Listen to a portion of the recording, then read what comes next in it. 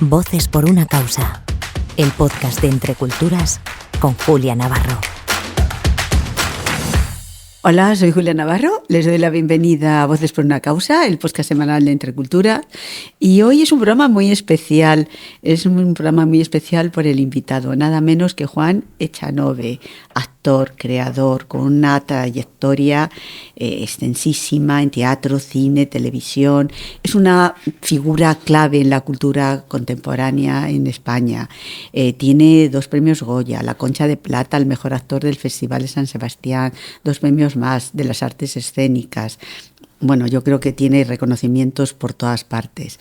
Y con motivo del Día Internacional del Teatro, que se celebra cada 27 de marzo, pues nos vamos a acercar a él y a través de él para hablar del valor de la creación cultural y artística como un espacio de reflexión crítica, de construcción colectiva, de diálogo con los grandes retos sociales de nuestro tiempo. Gracias, Juan. No, gracias a ti, Julia, y gracias a vosotros.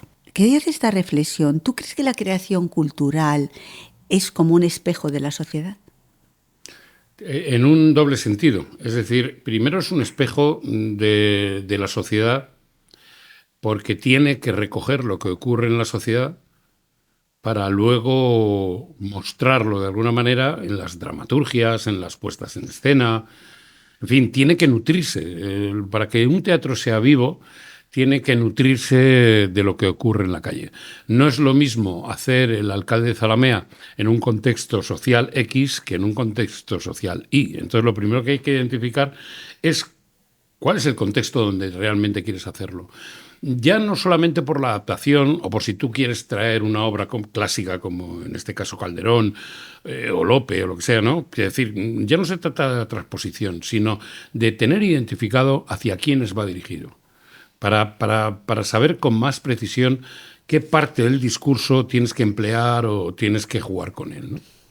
Esa es una de las vías. Digamos, la podríamos llamar la vía de ida. Y la vía, no, más que nada la vía de vuelta, porque es la que te aporta a la sociedad para la creación. Y en la vía de ida hay que tener en cuenta que en este caso el teatro es un espejo de la sociedad. Hay tantos tipos de teatro como quiera el espectador. Y hay ofertas para todos los gustos. Hay un teatro del entretenimiento, un entretenimiento que solamente persigue que el espectador, la propia palabra entretener lo dice, es decir, de alguna manera no le hace que se comprometa, sino que le permite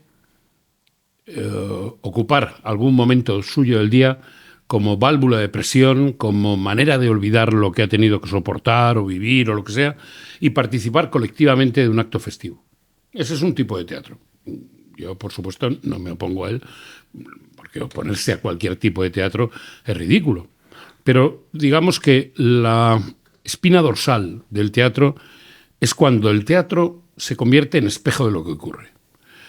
Si yo muestro en un escenario lo que ocurre, si yo utilizo la creación dramatúrgica, la puesta en escena, incluso la creación interpretativa, para que el espectador entienda parte de las cosas que no entiende de lo que le ocurren y las vea representadas por actores, actrices, por paraísos imaginarios, es muy posible que ese espectador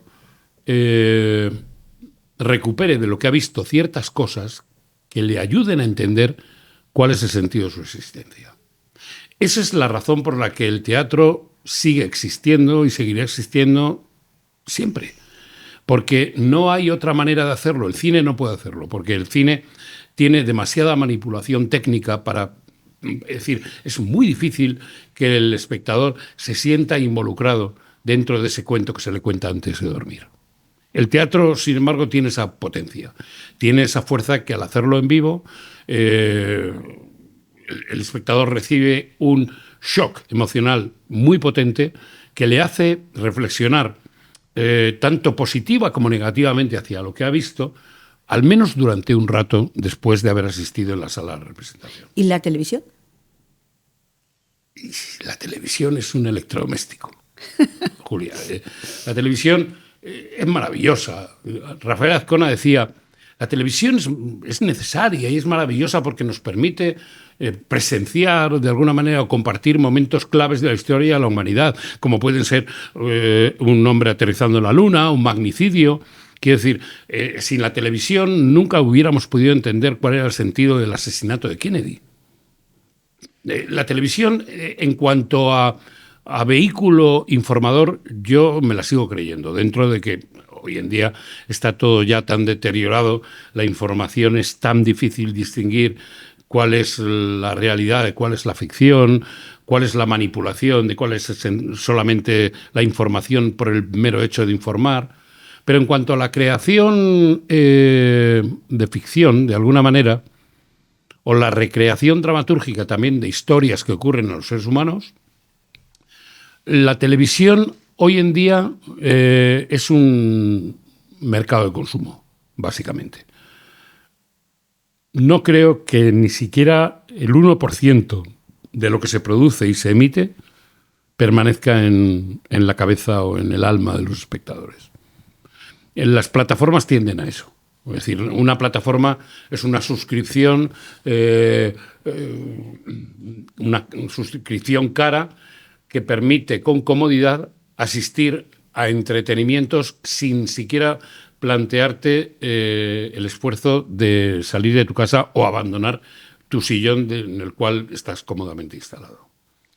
El cine, evidentemente, dentro de la crisis que sufre precisamente por la irrupción de la televisión, tiene por lo menos esa cosa de que a todo el mundo le apagan la luz y todo el mundo ve el mismo cuento a la vez y en un silencio que permite de alguna manera poder meterte en la historia. Esto, ya lo del silencio, hoy en día en las salas, por eso te digo, ay, Juan, en las salas, los móviles, las palomitas, es decir, también el cine se ha caído en la ciénaga del consumo.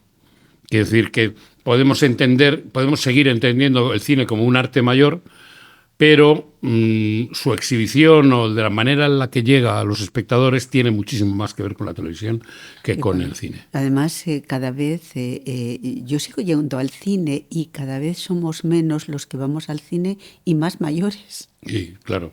Bueno, cada vez la cultura en sí, yo creo que como muchas de las cosas que tenemos en este mundo, como la apreciación del arte, la literatura en papel, determinadas cosas se están transformando. Yo, sinceramente, yo creo que es malo.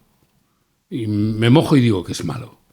Pero me entran muchas dudas, porque finalmente es una parte de la evolución de una sociedad en la que yo ya me encuentro de alguna manera de llegada. Es decir, yo voy a cumplir 65 años y ya con 65 años, pues negarte a las cosas que vienen, pues, casi es un acto infantil. Las cosas vienen porque vienen y la gente las quiere porque se las quiere. Ahora, si yo creo que es más interesante el poder de la cultura o del pozo que deja la cultura a través de la observación de una obra de Tiziano o de leer una novela de Javier Cercas, yo creo que es bastante más importante que tener en un dispositivo móvil una pantalla muy pequeña que puedes pasar a doble velocidad porque vas a ver la última serie del momento en donde un true crime te demuestra que alguien es capaz de matar 20 veces seguidas sin ser capturado por la policía. Me parece que el potencial cultural milenario de la cultura, yo creo que la definición de cultura más sensata que he oído a lo largo de toda mi vida es aquella que dice que cultura es todo aquello necesario para no plantearte para qué sirve la cultura. Es decir, en realidad es un juego de palabras, pero es verdad. O sea, la cultura es ¿por qué respiramos? Porque si nadie nos tiene que decir que no nos planteamos el acto de la respiración hasta que dejamos de respirar, por accidente, por lo que sea, incluso hasta que nos morimos. Pero es algo inconsciente ya en nosotros, es automático, es inherente al ser humano, ¿no? Pues la cultura debería ser también algo así.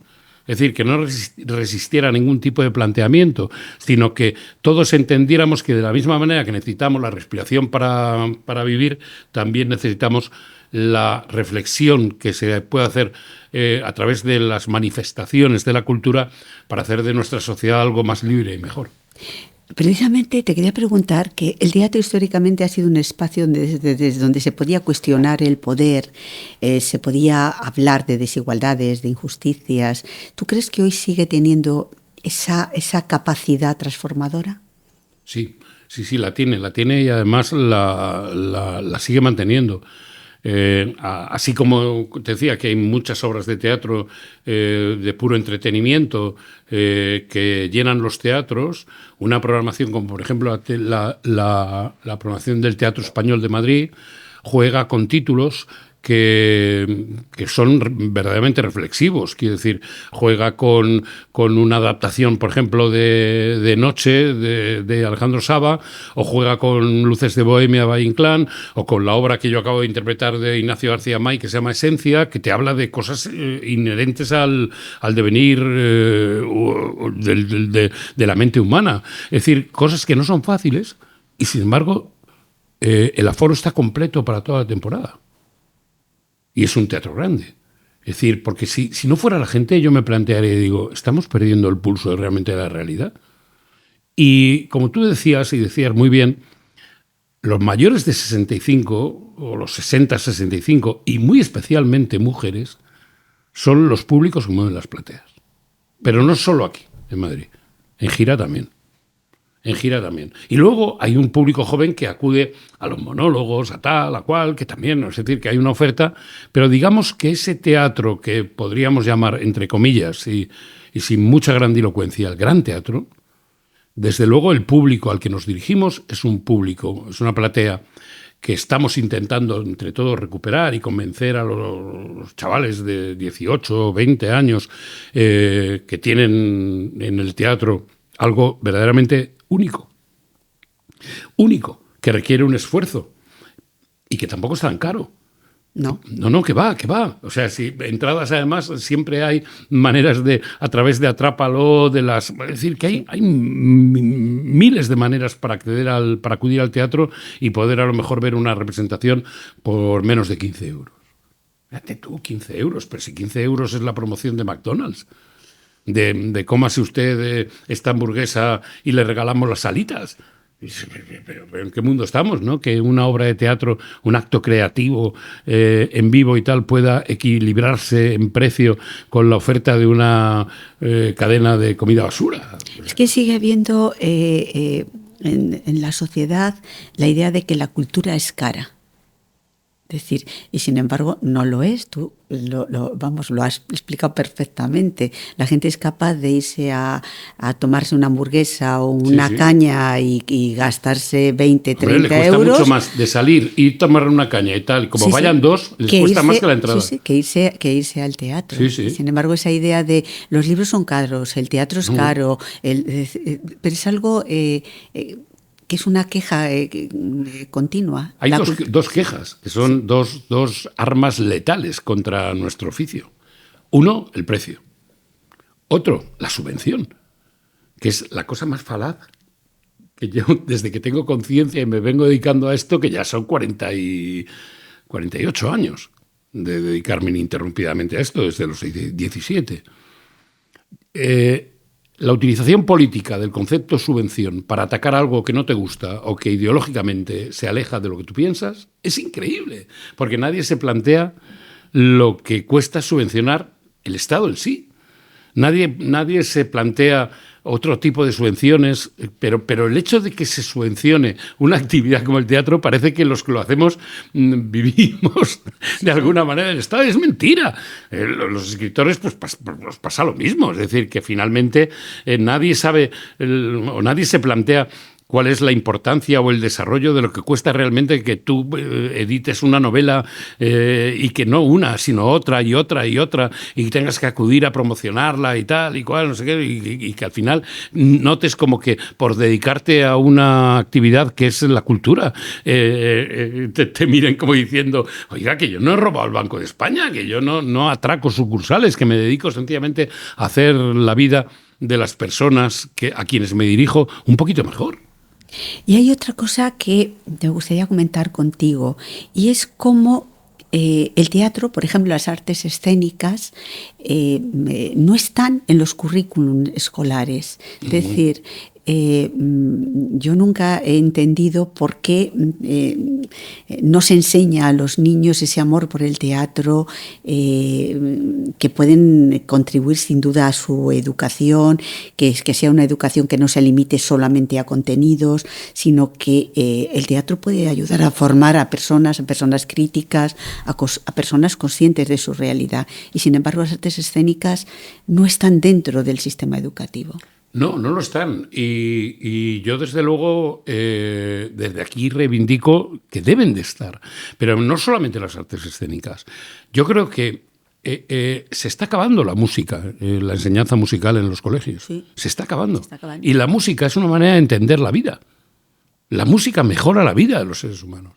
La filosofía es un arma de pensamiento que hace el ser humano más libre. Y las artes escénicas también. Si tú te pones en un aula de niños, vamos a llamarles niños de 12 años, 11, no sé si se les puede llamar niños ahora, no lo sé, pero cuando yo estudiaba, los de 12 años eran niños. Pongamos que son niños. Pongamos que les planteamos una actividad, ni siquiera una asignatura, que tenga que ver con las artes escénicas, con la creatividad escénica. ¿Qué es lo primero que les vamos a enseñar a esos niños? A ser libres con su cuerpo, a entender el cuerpo como un arma de expresión y no como una limitación, a un criterio de igualdad. Es decir, si enseñamos a los niños que a través de su cuerpo y de su vida se pueden convertir en personajes y que su personaje no es superior ni mejor que el de una persona que tiene al lado que a lo mejor es de otra cultura o de otra raza o de otro credo, porque sin eso no podemos enseñar artes escénicas, porque no, lo que no vamos a hacer es enseñarles a los niños quién era Máiquez o quién era Moratín, porque inmediatamente se van a desconectar.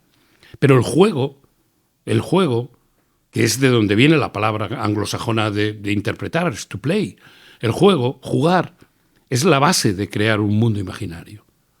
Si tú haces eso, en el fondo yo creo que lo saben, en el fondo yo creo que saben que si creamos niños cada vez más libres, al final nos van a exigir más cosas a la sociedad.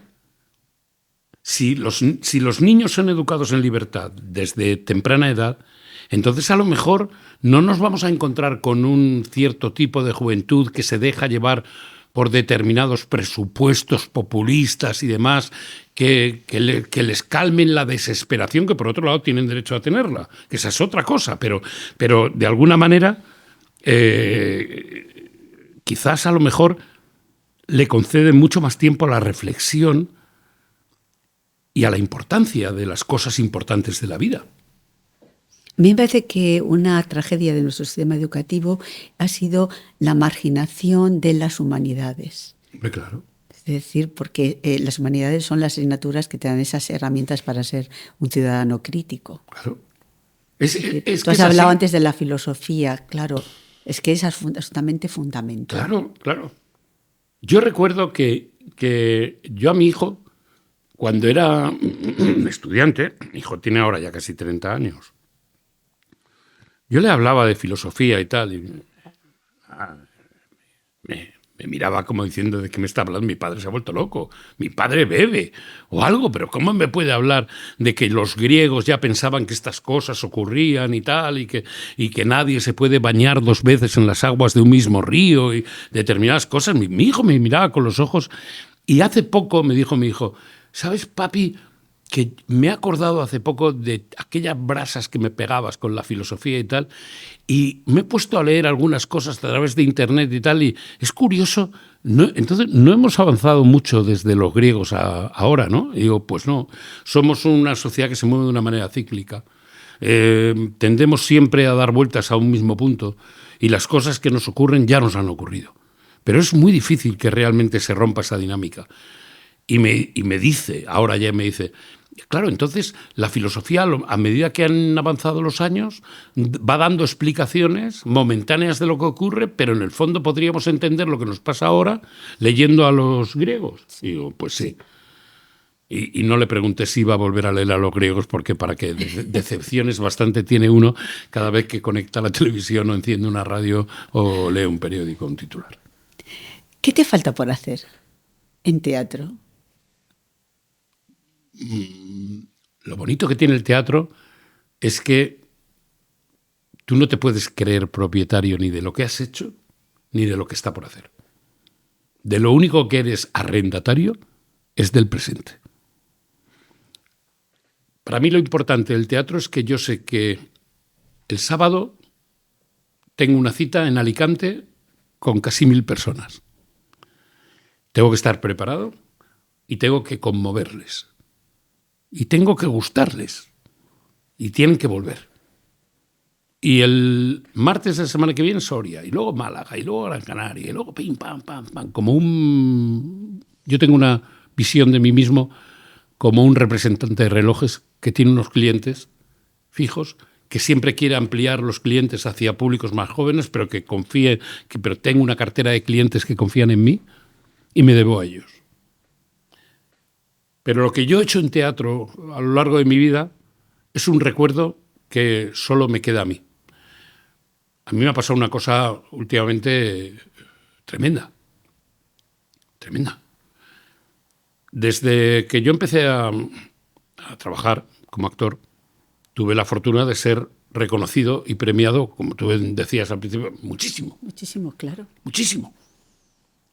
Y desde el primer premio que me dieron, yo nunca los tuve conmigo en mi casa. Los tenía mi madre. Yo iba a casa de mi madre y le daba el premio. A mi madre. Porque a mi madre le gustaban las estatuillas estas. A mí no me hacían mucha gracia. Y sobre todo, no creía que fueran buenas. No creía que fuera bueno que yo me levantara por la mañana y mirara una estantería y me dijera a mí mismo, eres bueno. O la gente te quiere. O toda una serie de cosas que al final, a través de la visión de una estatuilla, pues yo entendía que podía ser un poco patológico.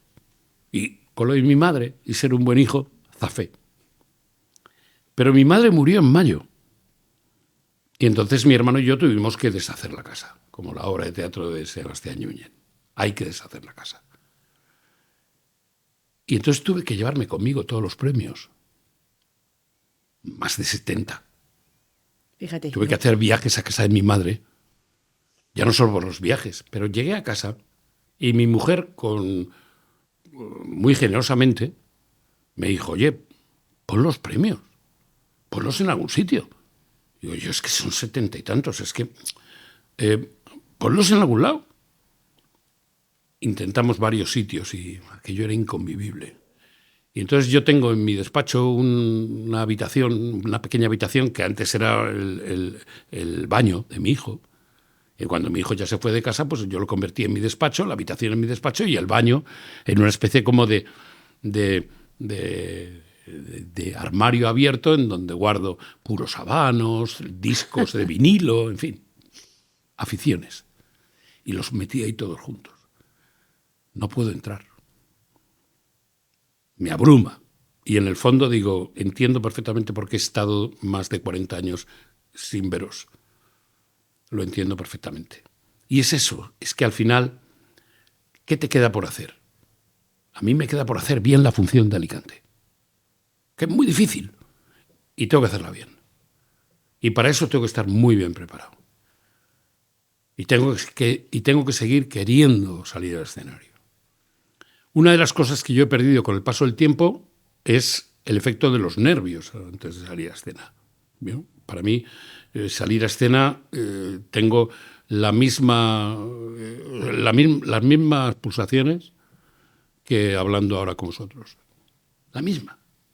Y desde hace muchísimo tiempo que no siento, digamos, una alteración, ni en los estrenos. Por un lado, es maravilloso porque me permite te liberas, controlar muchísimo mejor el trabajo que hago. Pero por otro lado, no lo sé, a lo mejor que me gustaría un día sentirlo para eso, para ver cómo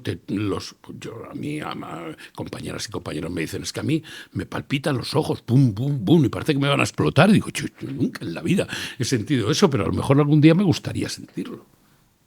¿Qué obra te gustaría hacer que no has hecho?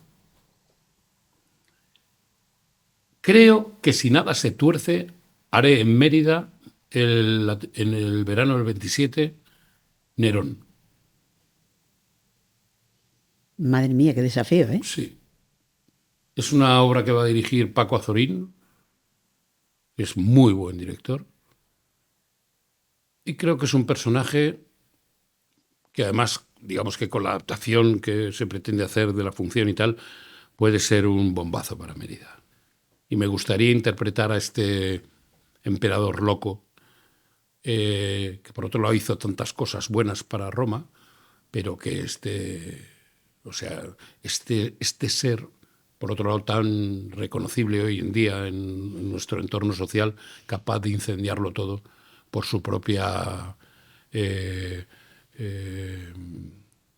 soberbia o por su propia megalomanía o sus ansias de poder o de trascender a la existencia humana, en fin. Yo creo que le tengo ganas a ese proyecto. Bueno, va a ser obligado ir a verte. ¿Y nunca te has sentado a escribir una obra? Sí, me senté a escribir junto con mi amigo Bernardo Sánchez Salas, que es con quien siempre trabajamos las adaptaciones, las dramaturgias. No, pero no digo una adaptación. Ya, una obra en sí. Sí. No. ¿Nunca has tenido esa tentación de decir no?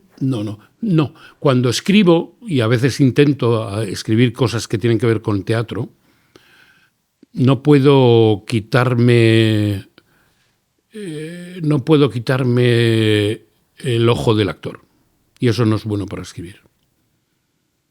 Siempre escribo a favor. ¿Eso qué quiere decir? Que me lo hago para mí. Ya. Me lo hago para mí. Y yo creo que lo grande del teatro es cuando trasciende incluso al propio escritor y llega de lleno a lo universal. Y a mí me resulta muy difícil. Pues son muchos años interpretando. He producido, dirigido, interpretado, pero no escrito. Y no lo voy a hacer. ¿Y no lo vas a hacer? No. ¿Cómo? Afortunadamente estoy rodeado de gente que escribe tan bien. ¿Cómo convencemos a los jóvenes que se paren y pongan o enfoquen su mirada sobre el teatro? Antes hablábamos, es único. Claro, antes hablabas y tú lo explicabas muy bien de que al final son las personas de mi edad las que van al teatro, las que van al cine, desde luego eso es lo que yo veo. Pero a veces, y te he de confesar que a veces me da un sentimiento de pena, de decir, oye, hay gente que se está perdiendo algo muy importante en su vida, que es estar viendo en esta obra o estar viendo esta película o estar en este concierto. Mira, por ejemplo, te voy a contar 2 experimentos que muestran un poco la esperanza en la platea joven. La lírica, la zarzuela, género, iba a decir respetabilísimo, vámonos, respetabilísimo, esa es la zarzuela. La zarzuela tiene una tendencia a una platea envejecida. Sí. Muchas veces vas a un estreno de la zarzuela y ves a la platea que la conforma y dicen, estos les quedan 2 títulos. Sí. Ni yo voy a la zarzuela. Pero al final dices, es una platea muy envejecida, pero a la vez cuenta con un proyecto que se llama Proyecto Zarza, que es dirigido a la gente joven, que tiene tanto éxito como los grandes títulos que se montan en la sala grande. En la lírica también. Valencia, Palau de les Arts. Yo tuve ocasión de montar allí Pan y Toros de Barbieri y estuvimos 10, 12 funciones, las que fueran. Pero antes de estrenar, el Palau montó una función para gente joven, todo en la platea de gente joven, pagando un precio simbólico, y solamente tenían que identificarse de que fueran menores entre 18 y 25 años. El Palau tiene 2.000 y pico localidades. No, o sea, había colas para ver si había cancelaciones.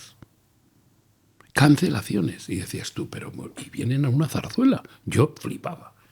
Yo lo miraba por todo lo que es el Palau de les Arts, les veía por todo lo que es el puente, y yo decía, pero esta gente, cuando yo llegué allí dije, ¿para qué están haciendo cola? Yo pensando que era, pues yo qué sé, una cosa de la universidad o unas colas demenciales. O sea, casi 2.000 y pico personas en una cola son kilómetros. Y me dijeron, no, se están aficionando. ¿Por qué se aficionan? Por la fuerza del directo. Y nos pasa también en los musicales, por ejemplo. Los musicales tienen una tendencia a atraer gente joven, como a lo mejor no tiene el teatro de texto. Pero los teatros como el Centro Dramático Nacional, quizás seguramente con menos regularidad de llenar las salas con gente joven, como el Teatro Español, seguramente también están haciendo mucho por renovar las plateas. A mí no me cabe ninguna duda que se va a tener que renovar. La renovación existe porque esto ya pasaba cuando yo empezaba y yo tenía 20 y tantos años, ya existía el fenómeno de la platea envejecida. Quiero decir, de la misma manera que se veían los grandes estrenos de Buero Vallejo, las grandes interpretaciones de Rodero y Bódalo, ya venía el Teatre Lliure de Barcelona, y venía els Comediants y els Joglars, y venía Salvador Tábora desde Sevilla, o Tantaca desde el País Vasco, Geroa, cantidad de experiencias que hacían que el teatro concitara allí a que acudieran públicos jóvenes. Bueno, es también nuestra responsabilidad. Es decir, lo que hay que hacer, hay que darse cuenta también de una cosa, a la hora de, esto ya es parte de nuestro trabajo, pero es muy difícil captar la atención de un espectador más de 7 minutos seguidos por culpa de esto. En estos momentos sí. Entonces el teatro, si tenemos que hacer un cambio de manifestación escénica cada 7 minutos, es muy difícil, porque además ahora los teatros tienen que convivir en multiprogramación, te ponen un espectáculo por la tarde, luego otro por la noche, si pueden otro por la mañana, con lo cual el fenómeno escenográfico se está prescindiendo de él. Grave error, porque un cuento es mucho más bonito en un paraíso imaginario. Es decir, El Mago de Oz, no tiene ningún interés la historia de esta niña si no vemos el camino de baldosas amarillas y si no vemos a un tío vestido de hombre de espantapájaros o de hombre de hojalata. Sí. Pero es verdad, fíjate, ahora que lo dices, a veces yo echo en falta o me doy cuenta de esa pobreza escénica, de esa pobreza en el escenario. Tiene que ver con eso, Julia, tiene que ver con la multiprogramación. Y con que luego, a la hora de salir de gira, es mucho más fácil llevar una escenografía, que es una cámara negra, unas telas dobladas y 2 cubos de madera pintados de negro donde se sientan 2 actores, o 1, o medio. Pero vamos, yo ahora voy a empezar a dirigir en junio, en el último espectáculo de la temporada del Teatro Español, La Escopeta Nacional, y tengo un elenco de, creo que 17 actores y 3 músicos. Con un escenario... Eso es un lujo, ¿eh? Hombre, con un escenario, pero no puede girar. Girar no puede girar, porque es imposible. O sea, los gastos de un montaje como La Escopeta Nacional... puede hacer que a lo mejor el caché de una obra normal que puede pagar un teatro, como pueda ser el Teatro Principal de Alicante, por una obra, se quintuplique o se extuplique. O sea, una barbaridad. Fíjate, yo que voy mucho al teatro, estaba pensando, digo, pues yo me debo estar quedando muy antigua, porque echaba de menos ese escenario que era parte de la obra, que era parte de lo que te estaban contando. Claro. Y la verdad que no pensaba que era tal y como tú lo... O sea, el motivo que era ese. Claro. Y te quería preguntar... Los teatros que más siguen apostando por esto, quitando que muchos espectáculos, al hacerlos en coproducción, para que luego salgan de gira, tengan unas condiciones portables, ¿no? Los teatros públicos son donde tú puedes seguir viendo espectáculos, de alguna manera, que tengan un trabajo de escenografía, un trabajo de figurinismo, un trabajo de iluminación, un trabajo de espacio sonoro, toda una serie de cosas que hacen que el teatro tenga amplitud. Te voy a hacer una pregunta que es un poco tópica, pero que siempre se hace a todos los actores. ¿Sigues considerando, o consideras que sois una profesión mal pagada? ¿O eso ha ido cambiando? Bueno, tú date cuenta... Bueno, tú ya estás en la estratosfera. Sí, pero bueno, claro. Pero tú date cuenta que nosotros creo que somos censados 30 y tantos mil intérpretes en España, de los cuales que trabajen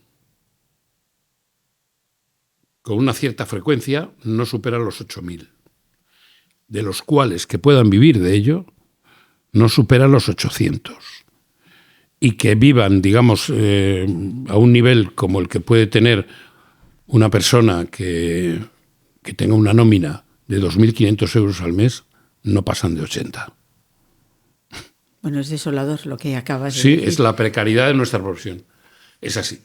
O sea, a lo mejor un actor que está continuamente haciendo castings, le llaman para hacer en una serie de Netflix 3 sesiones. A lo mejor tiene la suerte de que le llaman para otras 4 sesiones más a lo largo del año. Son 7 sesiones. Si le pagan 600 euros por sesión, estamos hablando de 4.000 euros al año. La gente, es decir, que se dediquen ahora con exclusividad a la interpretación, cada vez queda menos. Tienen que simultanearlo con otras cosas. Y encima, además, tienen el problema que tenemos todos los ciudadanos, pero que en una profesión tan precaria como la del intérprete, si no pueden vivir en la ciudad donde se hace todo, que es Madrid, si tienen que compartir una habitación a 50 kilómetros de Madrid y tienen que simultanearlo con otro trabajo, es decir, ¿cómo pueden, de alguna manera, encontrar la tranquilidad como para que el arte que desempeñen sea un arte grande y no raquítico? Es que, claro, pensar que solamente hay un número de 80 personas que pueden vivir de esto, me parece un escándalo. Sí, sí, es así. Me parece un escándalo. ¿Es necesario el Ministerio de Cultura? Bueno, el Ministerio de Cultura no existe. La cultura, como muchas otras ramas estatales, ¿no?, están las transferencias transferidas. Es decir, hace más... Es decir, que la Junta de Castilla y León tiene su política cultural, Andalucía la suya, Cataluña la suya, la Comunidad Valenciana la suya, y así sucesivamente. El INAEM en sí es un organismo que se ocupa de alguna manera de coordinar todas estas políticas, pero las políticas las hacen las autonomías. El Ministerio de Cultura ya no existe como tal. Tiene otras labores, cuida los museos, pero cada cual los suyos. Es decir, que forman parte de patronatos. El Ministerio de Cultura forma parte del patronato del Teatro Real o del Teatro de la Zarzuela, o el INAEM es el que hace el Centro Dramático Nacional, pero digamos que la política cultural está en manos de las autonomías. Con lo cual podríamos hablar de 17 políticas culturales. ¿Se parecen? No. Entonces, ¿qué haces? Pues, hombre, por lo menos recomendarles que no pierdan de vista que, ya que la situación es esta, los intérpretes que surgen de sus propias autonomías les protejan. Porque tampoco lo hacen. Y pongan al servicio de sus